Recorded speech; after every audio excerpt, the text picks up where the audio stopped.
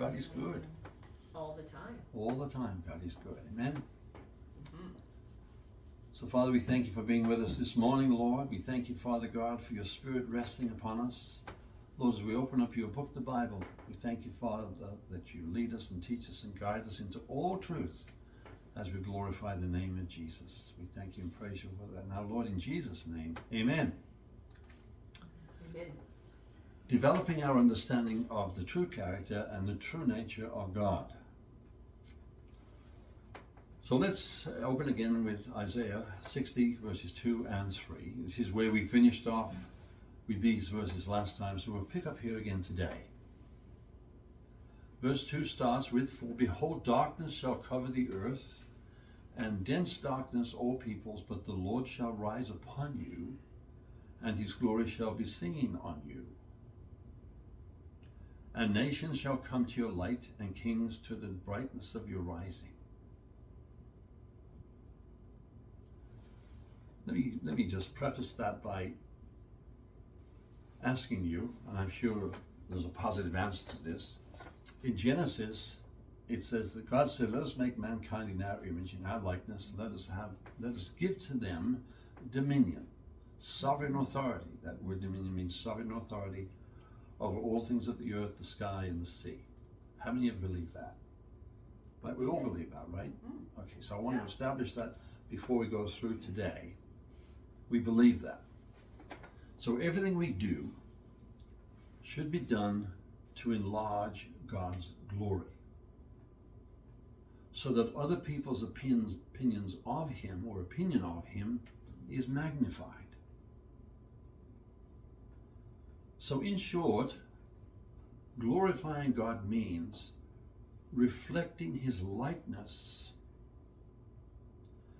and making the invisible God more visible to others.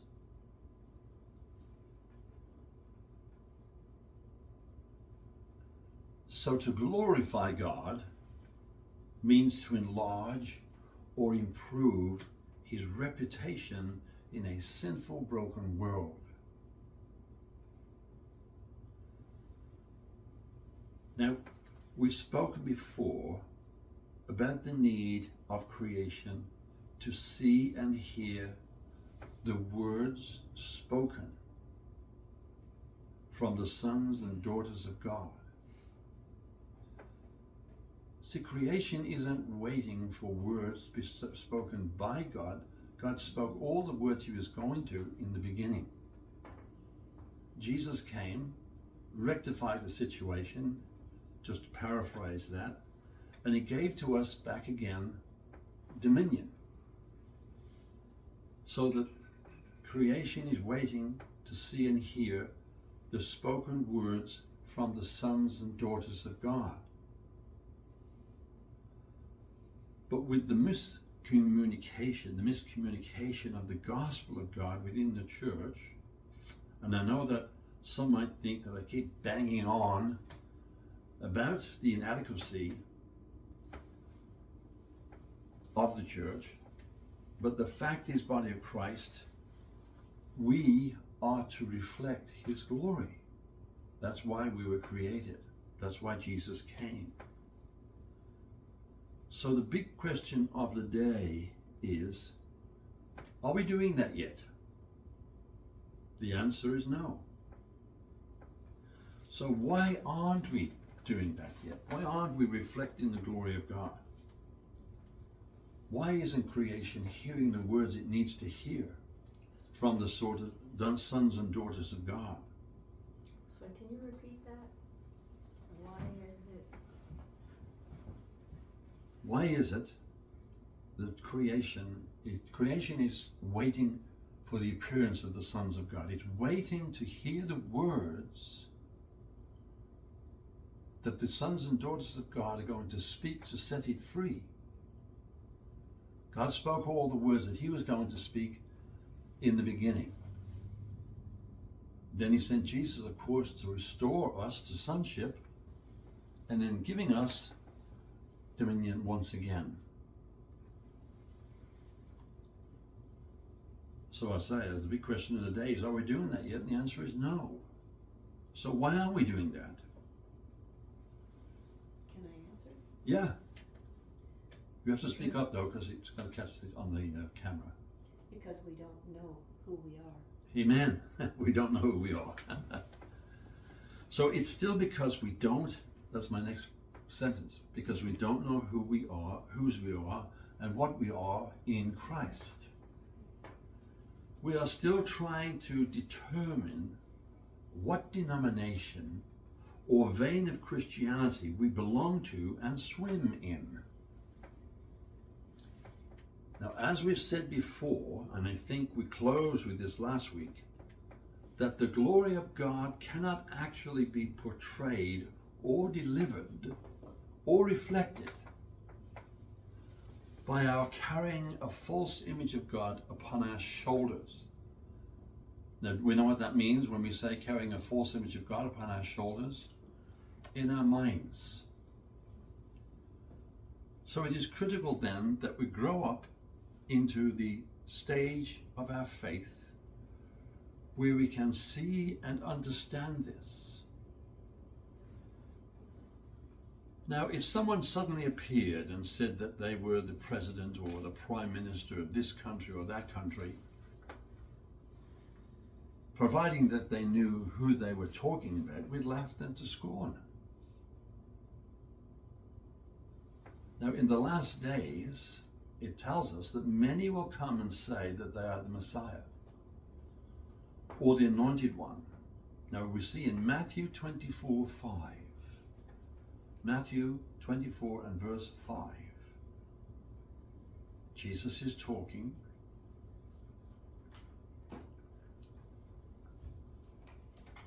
Hallelujah.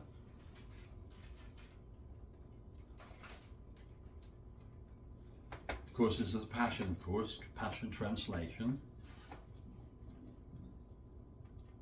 For many will appear on the scene claiming my authority, was about saying, for many will appear on the scene claiming my authority, saying about themselves, I am the Anointed One, and they will lead many astray. So now we have to settle this in our hearts. I asked you this question just a moment ago. Do you believe? Have you reached that point yet where you can see and believe that the earth is in our sphere of authority? Do we truly believe that? Now, the Bible talks about the double-minded man in James 1, verses 6 and 8. You'd like to go there for me? James 1. James 1, verses 6 and 8.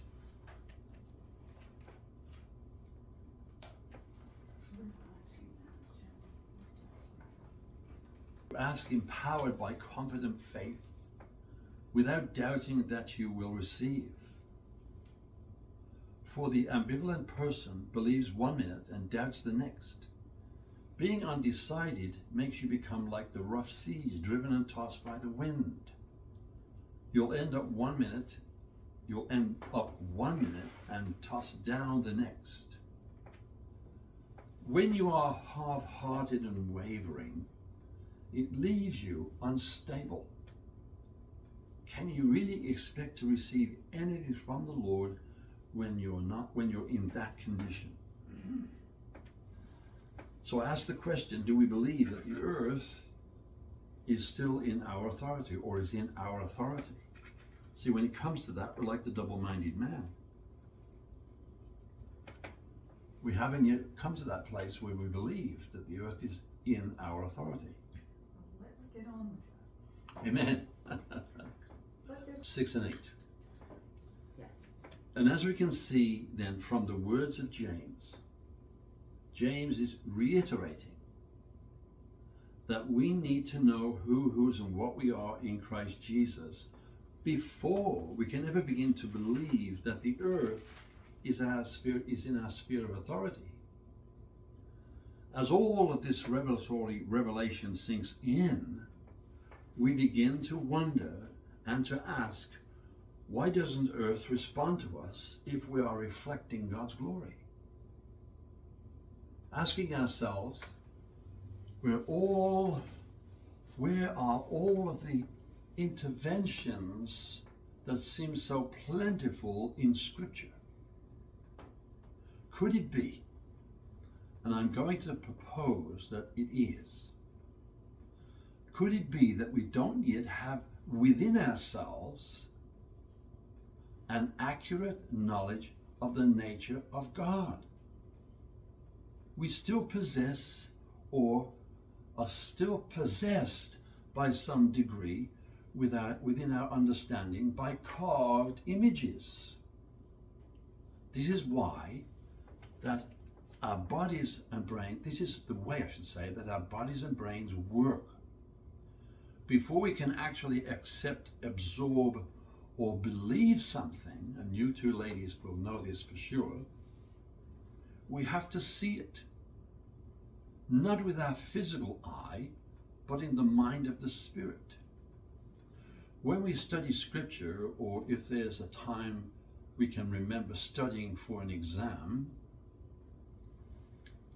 with our poring over all sorts of material that we have to absorb. So before we can absorb it, we have to be able to see it or understand it and its principles in time for you to take the exam or the test. If you have to orally give the answer, which would be quite complex, you have to understand the mechanism and the principle of how the thing works. When you have a mechanism and principles firmly established in your mind or spirit, you can pass the exam or test with flying colors. How many hours did you ladies spend studying over books and theories and goodness knows what else to get where you are today? So the same principle applies to our correctly understanding God, because this is the way that we are built and made.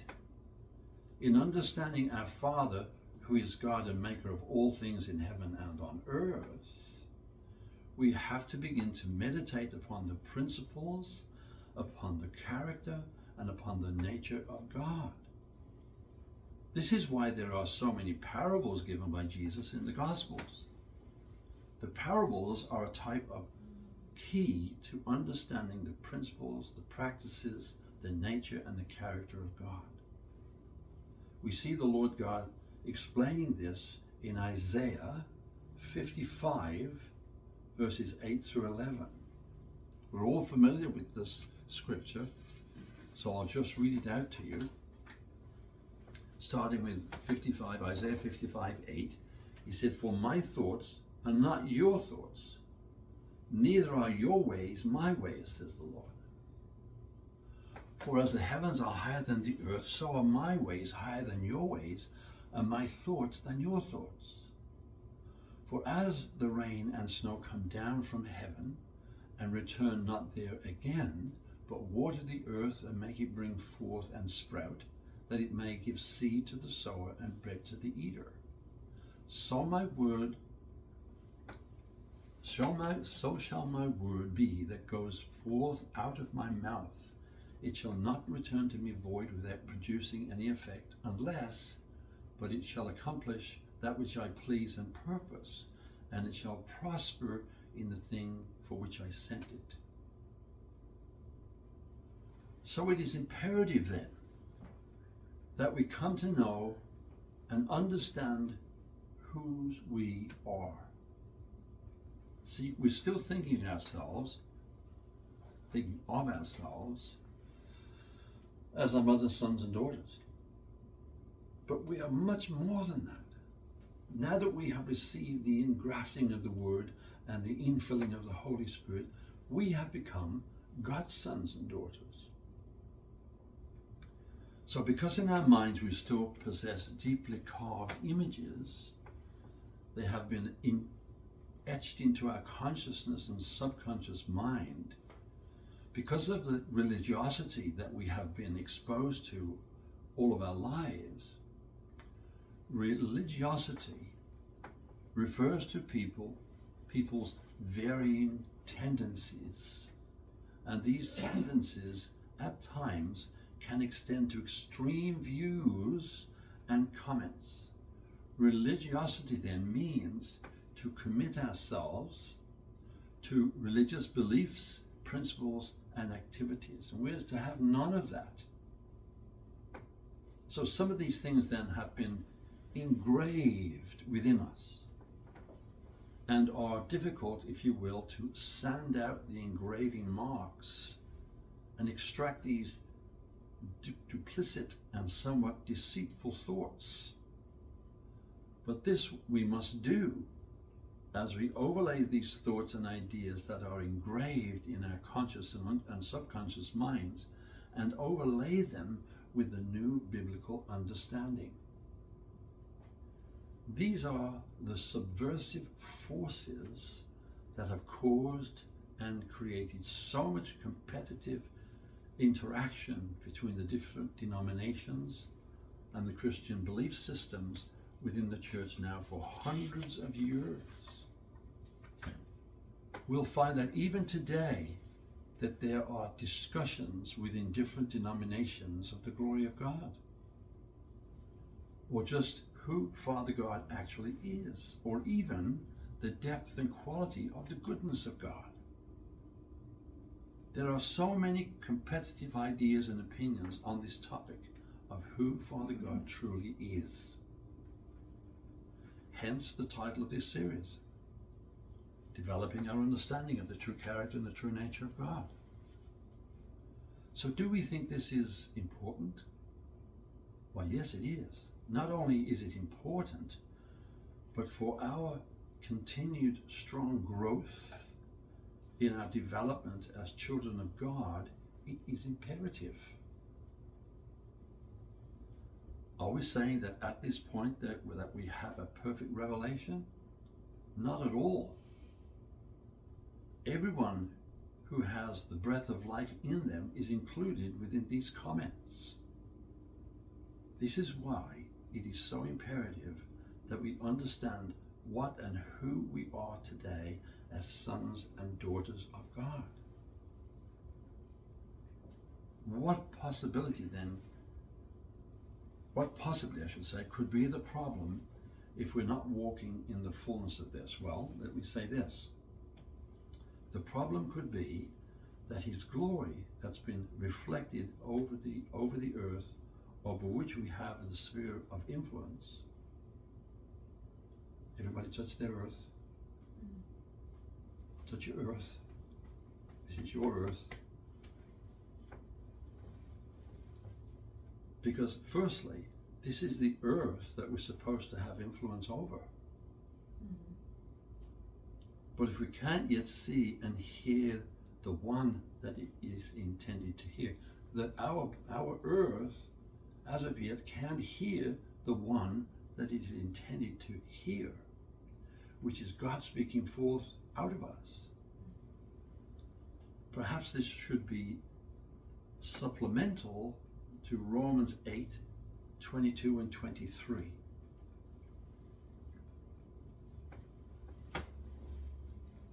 And we just discussed it very briefly a moment ago.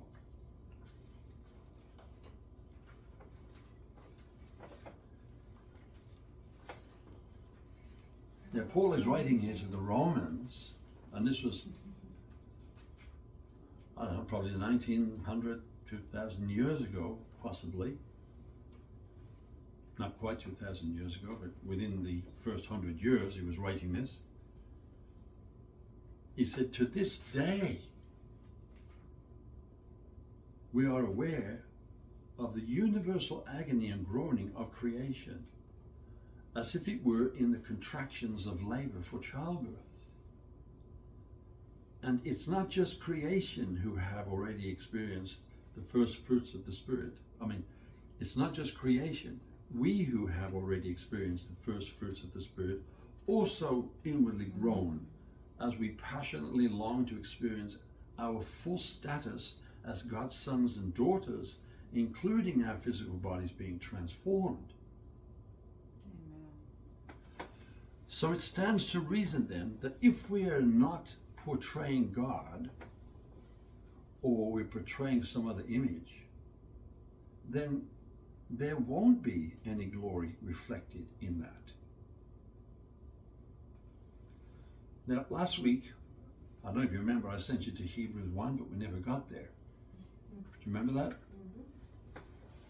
So we're going to go there now. We're going to look at Hebrews, the first chapter, and we're going to look at verses 1 through 3.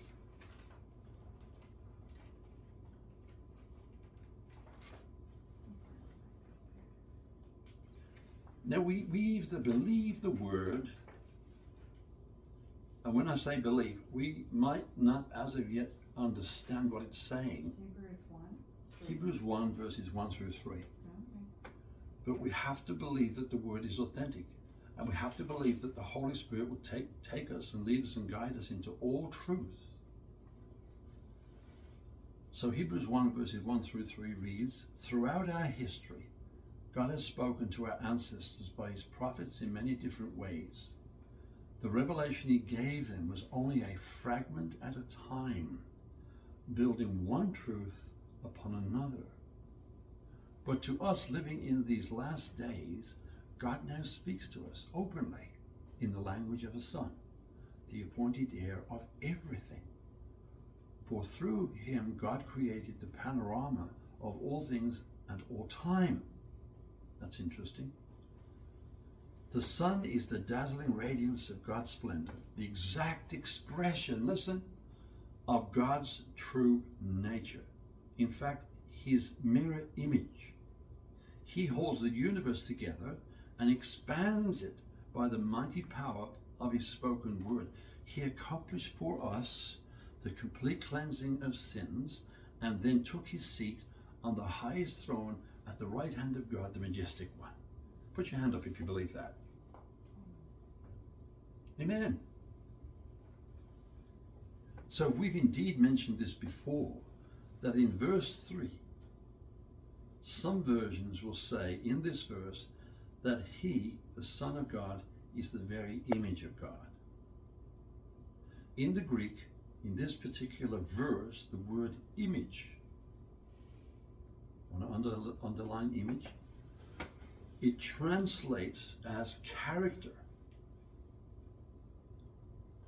And listen, it means the essential qualities and attributes necessary to existence and being, and is synonymous with nature. So I want to just look at this for a few more minutes. In the Greek, it translates character. Now we've got the developing the understanding of the character and the nature of God. That's the title of this series. So God, encompassed within God's character are the essential qualities and attributes necessary to existence and being. So if we take the liberty of flipping this over, and I think we can without any distortion of the facts, it reads that apart from these essential qualities and attributes, God cannot exist as God. Or if you will, he cannot be revealed as God in our circumstances and our lives. This is why it is so important for us as sons and daughters of God to know God's character. Because it's in his character that the qualities of his life and his attributes exist. Mm-hmm. This is apart from a revelation of these essential characteristics and attributes, and that without them, if you can see this, without them, he cannot be revealed. So if we want to portray the glory of God, We have to understand this. His character has to become ours. Be ye transformed. And because we're his image bearers, we know that from Genesis 1:27 to 31, we've been crowned with his glory. Now, we can't see ourselves, if we're going to see ourselves as sons of God and daughters of God, we can't see ourselves as worthless worms. We've got to start beginning to see ourselves for who we truly are by truly understanding the character and the nature of God. Because it's in his character that his existence is portrayed and comes to life. And it's in his character being transferred into us that will begin to reflect his glory. And it's in his character being transferred into us that nature is waiting for. Nature is waiting for the appearance of the sons and daughters of God. It's not waiting for McDonald's, or McDonald, I should say. Now, if you turn to Psalm 8, and we'll look at verses 5 and 9, we've looked at them before, but they fit so nicely in this teaching today. All right, if this doesn't blow your socks off, you need to get a pair of socks.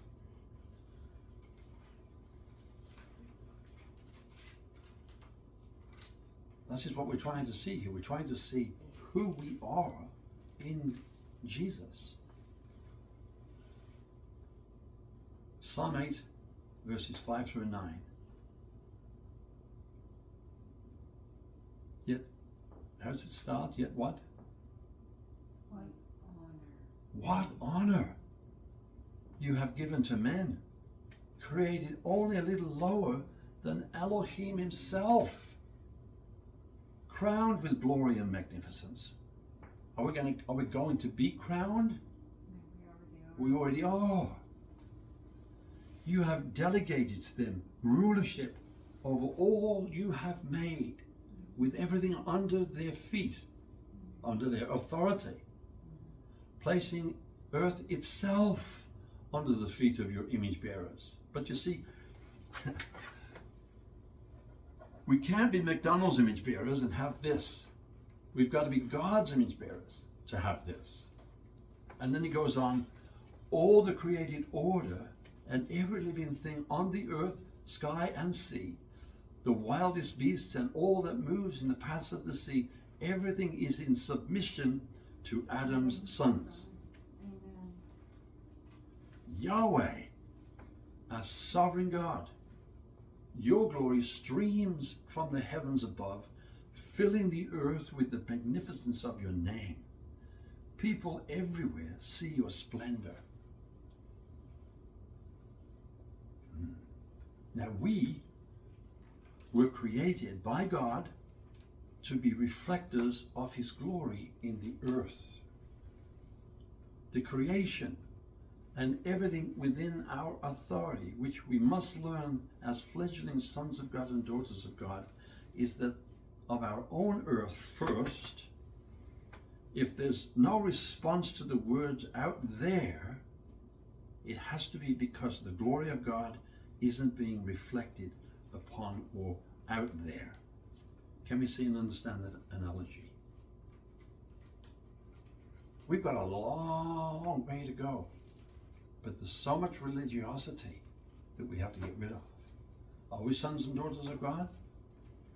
Or are we sons and daughters of a denomination?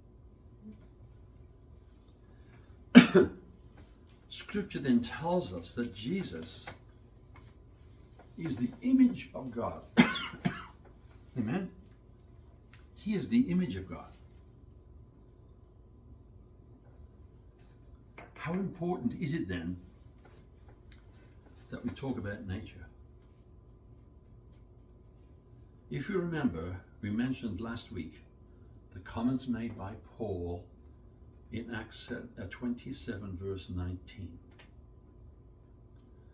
This is where the Apostle Paul stated that the nature of God, but the nature of God was not to be interpreted by the arts or the devising of man. Acts 27? Acts 27:19. No, I don't think so. By the third day, they threw the ship's tackle and rigging overboard. It's when he's talking to the, I've obviously typed the wrong one. It's when he's talking to the Athenians. And they've got gods for this and statues for that god and statues for that god. And then they've got the unknown God. I think 17 instead of 27? Maybe it's here 17. Just check that out for me before we move on. I typed it in wrong, perhaps. Not perhaps, but I have. Yeah. It's Acts 17, right? Speaks to the leaders of Athens. Yes. 17, 19. He stated there that the nature of God was not to be interpreted by the arts or the devising of man.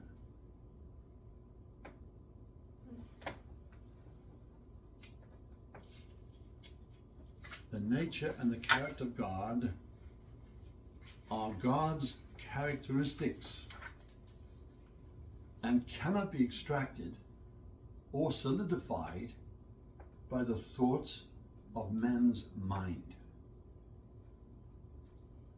And this is the irony. The nature and character of God aren't something that can be manufactured by our thoughts.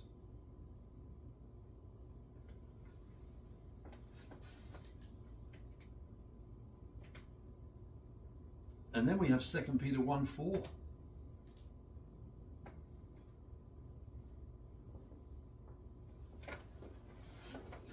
Second Peter, Acts 17, I think it's like verses 22 to 31. No, you're right. yeah, I'm sorry. So that's Acts 17 verses, The whole conversation? Yeah. 22 to 31. 31. yeah, 22 to 31. Okay, so now where are we? Second Peter Well, we're now going to 2 Peter 1. 1:4.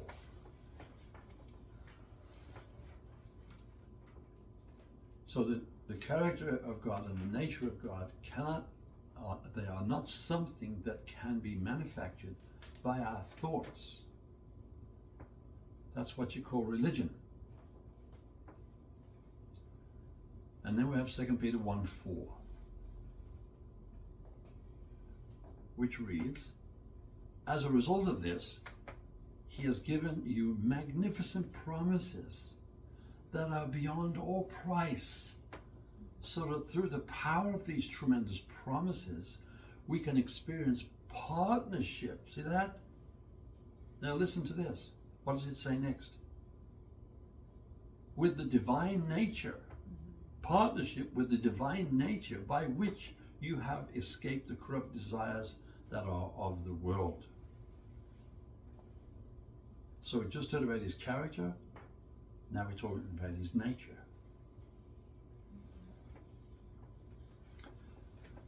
So what then are we to do with these scriptures? What do they say to us?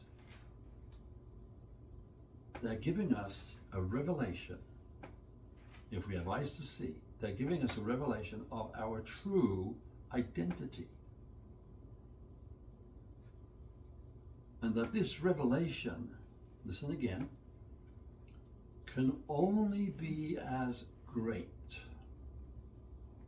This revelation can only be as great as that of the revelation that we have of Father God's nature. That stands to reason, doesn't it? You can't see and explain a physics principle or something like that unless you can see it and understand it first for yourself. Now this is the connection then that we need to see. that you can only know yourself, and this is another truth, you can only know yourself to the degree that you know the Father. So here's a question: what is the definition of schizophrenia? Well, I'll give it to you. The definition of schizophrenia is a serious mental condition of a type involving a breakdown in the relation between thought, emotion, and behavior, leading to a faulty perception, inappropriate actions and feelings, and a withdrawal from reality and personal relationships, leading to fantasy and illusion and a sense of mental fragmentation. End of quote. My goodness. Yeah. Now, wouldn't you say that this has been, to some degree, the mental state of mankind since the fall?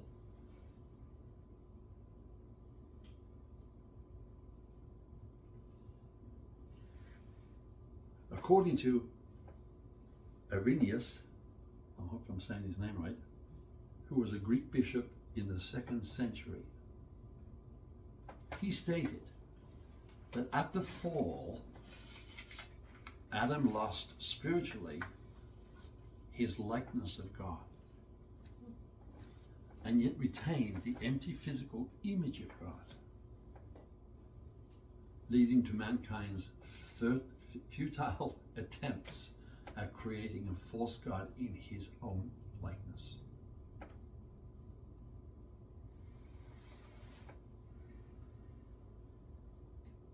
So, we'll leave it there for today. So until next time, may the Lord God bless you and keep you.